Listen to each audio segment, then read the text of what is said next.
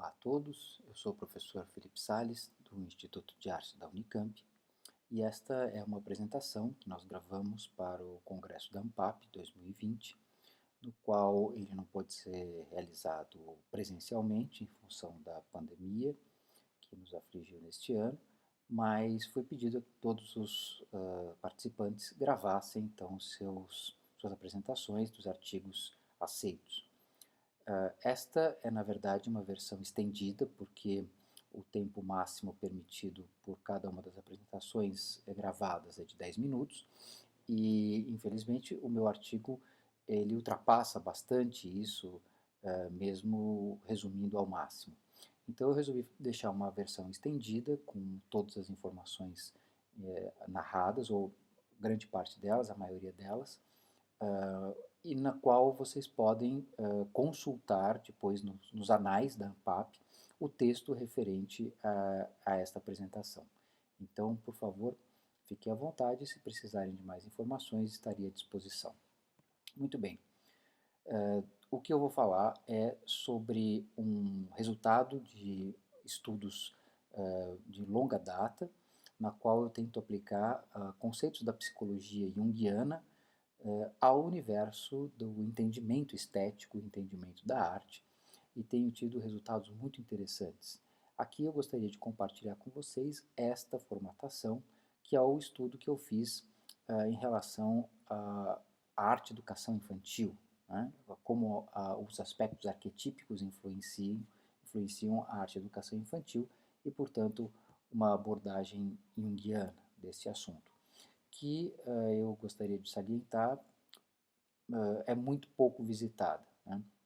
Apesar de que existem muitos trabalhos aplicando a psicologia de Jung ao entendimento da psicologia infantil, nenhum deles trata especificamente da arte-educação. Então, espero que esse meu trabalho possa contribuir com essa lacuna no entendimento da psicologia junguiana e sua relação com a arte. Muito bom. Mesmo considerando que Jung não se deteve longamente sobre o universo psíquico infantil, nem por isso deixou de pontuar em diferentes momentos sobre essa instância, ciente de que a tramitação energética dos arquétipos também estaria presente nesta fase, como se observa nas análises de manifestações espontâneas de desenhos e narrativas oníricas infantis. Ele descreve muito bem isso em dois principais livros, que é O Homem e seus Símbolos e Seminários sobre o Sonho das Crianças. Ele próprio cita de maneira contundente, em outro momento, que a alma inconsciente da criança tem um volume incalculável e uma idade igualmente incalculável.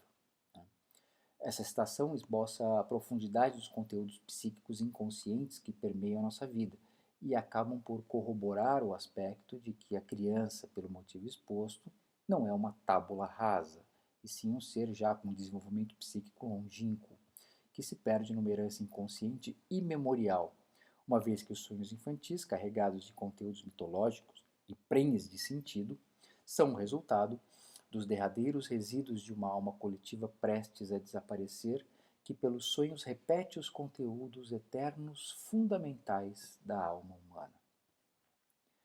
Assim, não poderia dizer, em função de uma vivência temporal tão ínfima, a vivência da criança, que tais sonhos, das quais emergem sentidos míticos tão evidentes, se formam coincidentemente sem relação nenhuma com esse arcabouço luminoso que permeia a psique humana.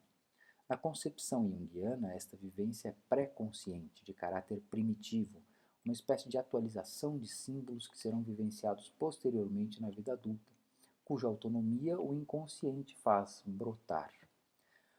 Podemos observar tal estado pré-consciente na primeira infância, e são justamente os sonhos desta época que frequentemente trazem à luz conteúdos arquetípicos extremamente importantes. Na primeira infância, aquilo que chamamos de arte não é propriamente um objeto contextualizado, uma vez que a relação da criança com a sociedade em que vive está sendo construída, e quase toda resposta sensível dada a um objeto estético é resultado de um instinto arquetípico. A criança vive um universo cuja relação entre realidade e imaginação é muito tênue, e sua capacidade de se relacionar é amplamente simbólica. Esse simbólico, é importante frisar, não é um símbolo no sentido semiótico, mas no sentido junguiano. Jung faz uma diferenciação importante aqui. Ele diz que qualquer conceito que explica a expressão simbólica como uma analogia ou designação abreviada de uma coisa conhecida é semiótica. Qualquer conceito que declara a expressão simbólica como a melhor formulação possível de uma coisa desconhecida e, por isso, não podendo ser mais clara e acertada, é simbólica. Por isso, é inteiramente impossível criar um símbolo vivo e carregado de sentido a partir de relações conhecidas. Interessante isso. Para a criança, mais do que para nós, que temos uma contaminação social dos símbolos impostos e arbitrados, estes sim semióticos, a experiência estética se confunde com estes símbolos, sendo uma relação direta com os conteúdos inconscientes que se expressam em representações arquetípicas muito definidas, que só não podem ser representadas como objetos artísticos ainda porque eles esbarram na incipiência expressiva em função das capacidades motoras da criança em franco desenvolvimento. Do contrário, esses conteúdos arquetípicos transbordantes nas figuras seriam visivelmente nítidos para nós. Essa é a razão do interesse da criança pelo lúdico. Por isso que ela prefere o conto de fada à narrativa documental, o desenho animado à teledramaturgia, sempre o estilizado em detrimento do figurativo. Porque são esses símbolos que carregam energia psíquica e ela atualiza e promove o desenvolvimento da sua personalidade através dessas imagens. Jung mesmo fala, é lógico que algo psíquico só pode tornar conteúdo do consciente após a sua apresentação, isto é, quando possui apresentabilidade, que é precisamente uma imagem. Em outras palavras, Jung postula que a consciência só entende uma informação psíquica quando apresentada sob a forma de uma imagem, ou ainda que o meio de comunicação entre consciente e inconsciente é a imagem. Isso, inclusive, a neurociência também estabelece essa mesma relação com a imagem. O nosso cérebro funciona pela imagem. Né? É nesse sentido que a criança entende a arte, algo que a faz compreender seus próprios pensamentos, aquilo que tem ressonância em sua estrutura anímica e que, consequentemente, enxerga um modelo de belo nessas conexões arquetípicas. É isso que é belo para a criança. Né?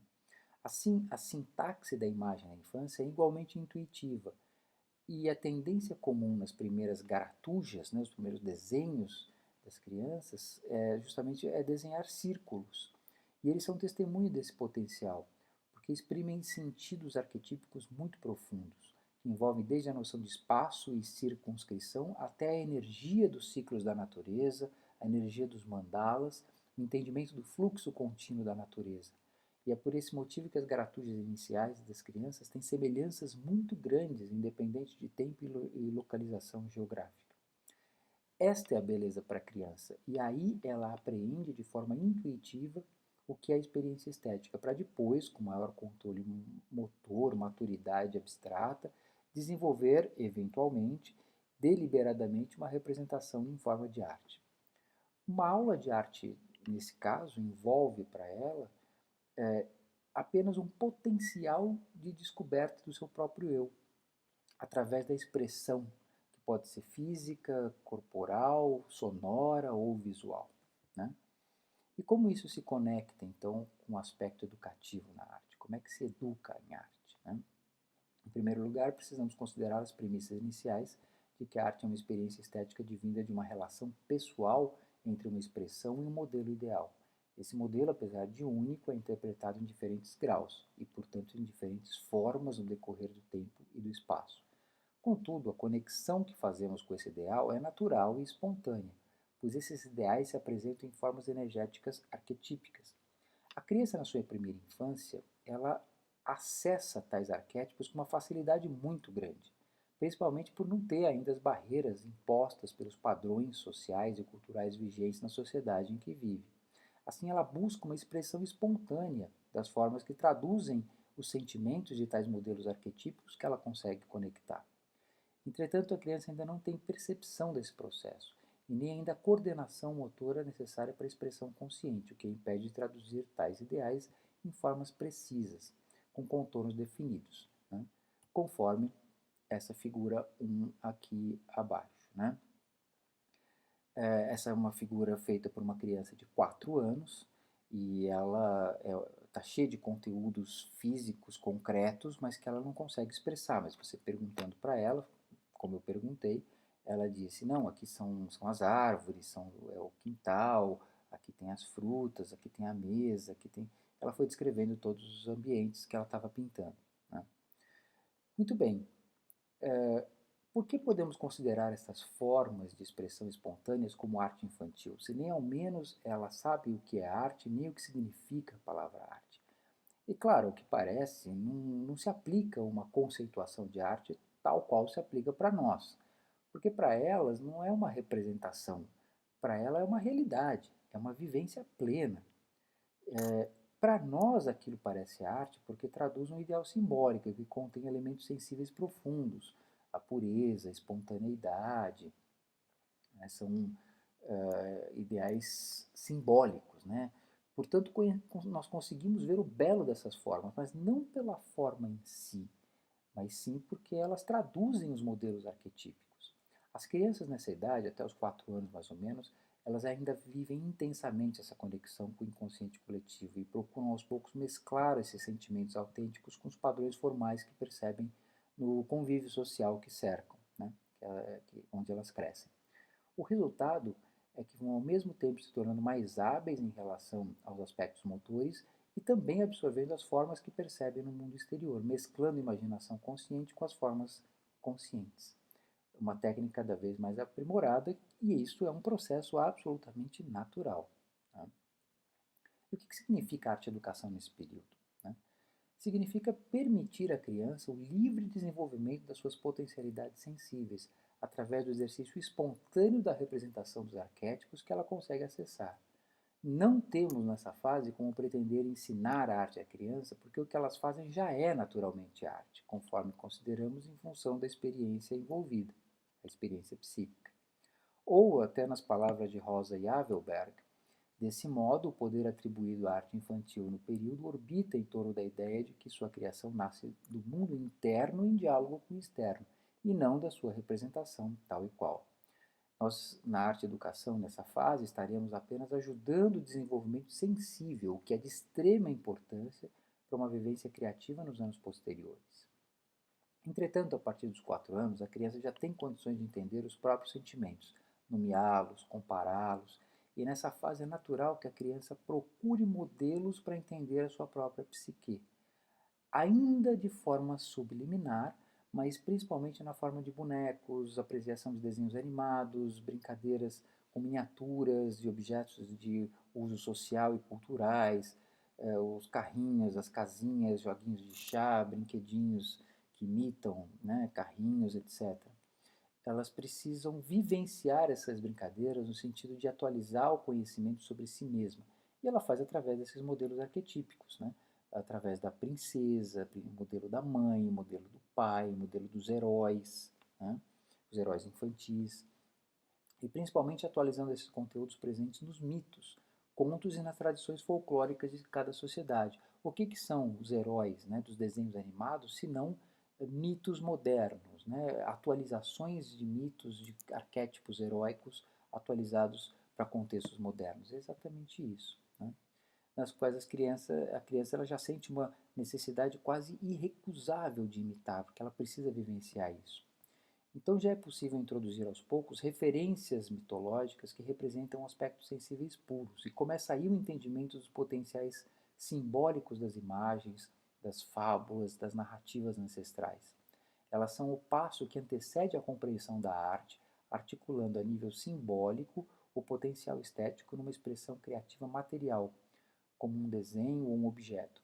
Ela já consegue até mesmo abstrair um significado para a arte como uma expressão de sensível, agradável, desagradável, e começa a mostrar, e nessa fase, começar a mostrar obras icônicas da história da arte é muito salutar, pois você verifica que já há uma resposta consciente sobre essas representações de caráter estético. A criança já distingue o modelo da sua representação.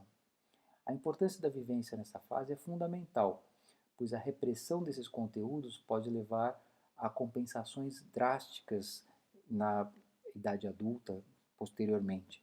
E Jung atesta isso de uma forma assim muito drástica.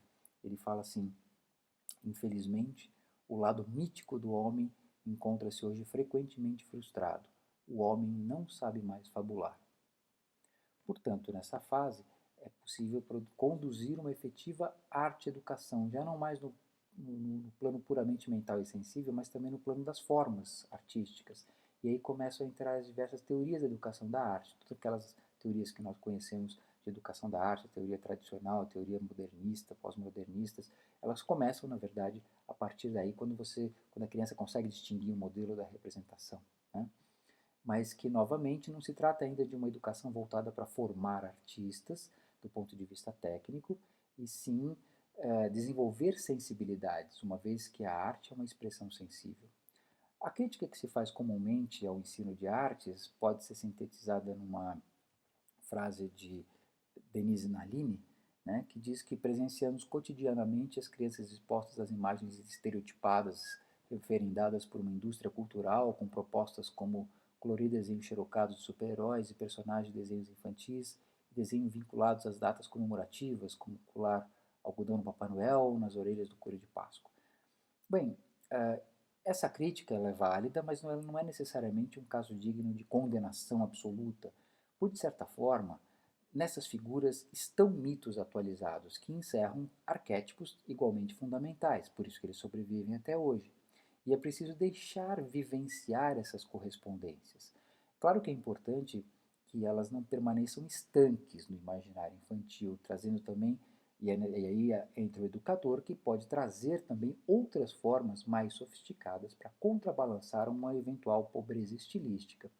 Porque os estereótipos eles têm uma função e têm uma razão de existência, que é justamente uma razão arquetípica, né? É uma diluição do potencial arquetípico, mas tem uma função. E eles não podem ser negados ou suprimidos assim sem consequência desse equilíbrio, né? O equilíbrio da nossa psique. A tarefa do educador, antes de desautorizar essas imagens, é ampliar o campo de percepção desses arquétipos em formas mais diversificadas, menos óbvias, trazidas de outras culturas, o que sem dúvida também contribuirá para a ampliação da percepção sensível da criança. Uma possível avaliação nessa fase, uma avaliação de arte, né, não poderia ser feita com exigências técnicas, mas sim em relação à integração do potencial da expressão da criança. O quanto ela consegue absorver das proposições e torná-las objeto expressivo.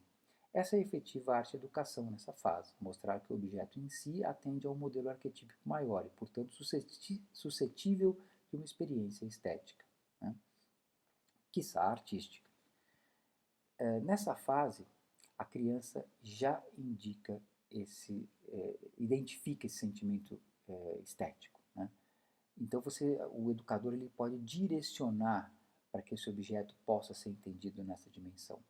Embora possa parecer um critério subjetivo, um educador que acompanha a criança consegue perceber a evolução da sua expressividade em função de um trânsito energético da sua psique, da gradativa compreensão dos seus próprios sentimentos, associados aos arquétipos mais profundos. Deve-se frisar que essa vivência tem importância fundamental para o desenvolvimento psíquico de qualquer criança, independente de quaisquer propensões ou predisposições técnicas para a arte. Há crianças que desenvolvem mais o desenho, são mais hábeis para a música e assim por diante. Mas essa educação não visa formar artistas, e sim despertar o potencial sensível existente em todos, para aplicação prática em qualquer outra atividade ou fase da vida. As fases naturais do desenvolvimento expressivo da criança atestam a gradativa incorporação de modelos formais pré-estabelecidos na sociedade em que está inserida aos modelos intuitivos de participação arquetípica, até que tais vivências conflitantes, as conscientes e as inconscientes, estejam equilibradas o suficiente para que a criança possa prescindir dessa expressão simbólica inconsciente, e passar a expressar esses aspectos de maneira direcionada, de maneira consciente. E essa etapa constitui também uma transformação muito importante, onde começa um processo de individuação, por volta dos 7 até os 9 anos de idade. E nesse sentido é muito saudável apresentar modelos artísticos relevantes para a percepção. Nessa etapa é possível introduzir elementos técnicos com aproveitamento muito mais efetivo, uma vez que é uma autossugestão de direcionamento, a criança consegue canalizar o aprendizado técnico para refinar seu potencial expressivo. Os desenhos tornam-se mais definidos, cheios de significados conscientes, os componentes míticos retornam com uma força de uma compreensão muito mais ampla, podendo inclusive identificar traumas, medos latentes que afloram com maior naturalidade. A criança dessa fase pode e deve começar a seguir modelos. Ela já consegue manter suas características sem prejudicar sua criatividade.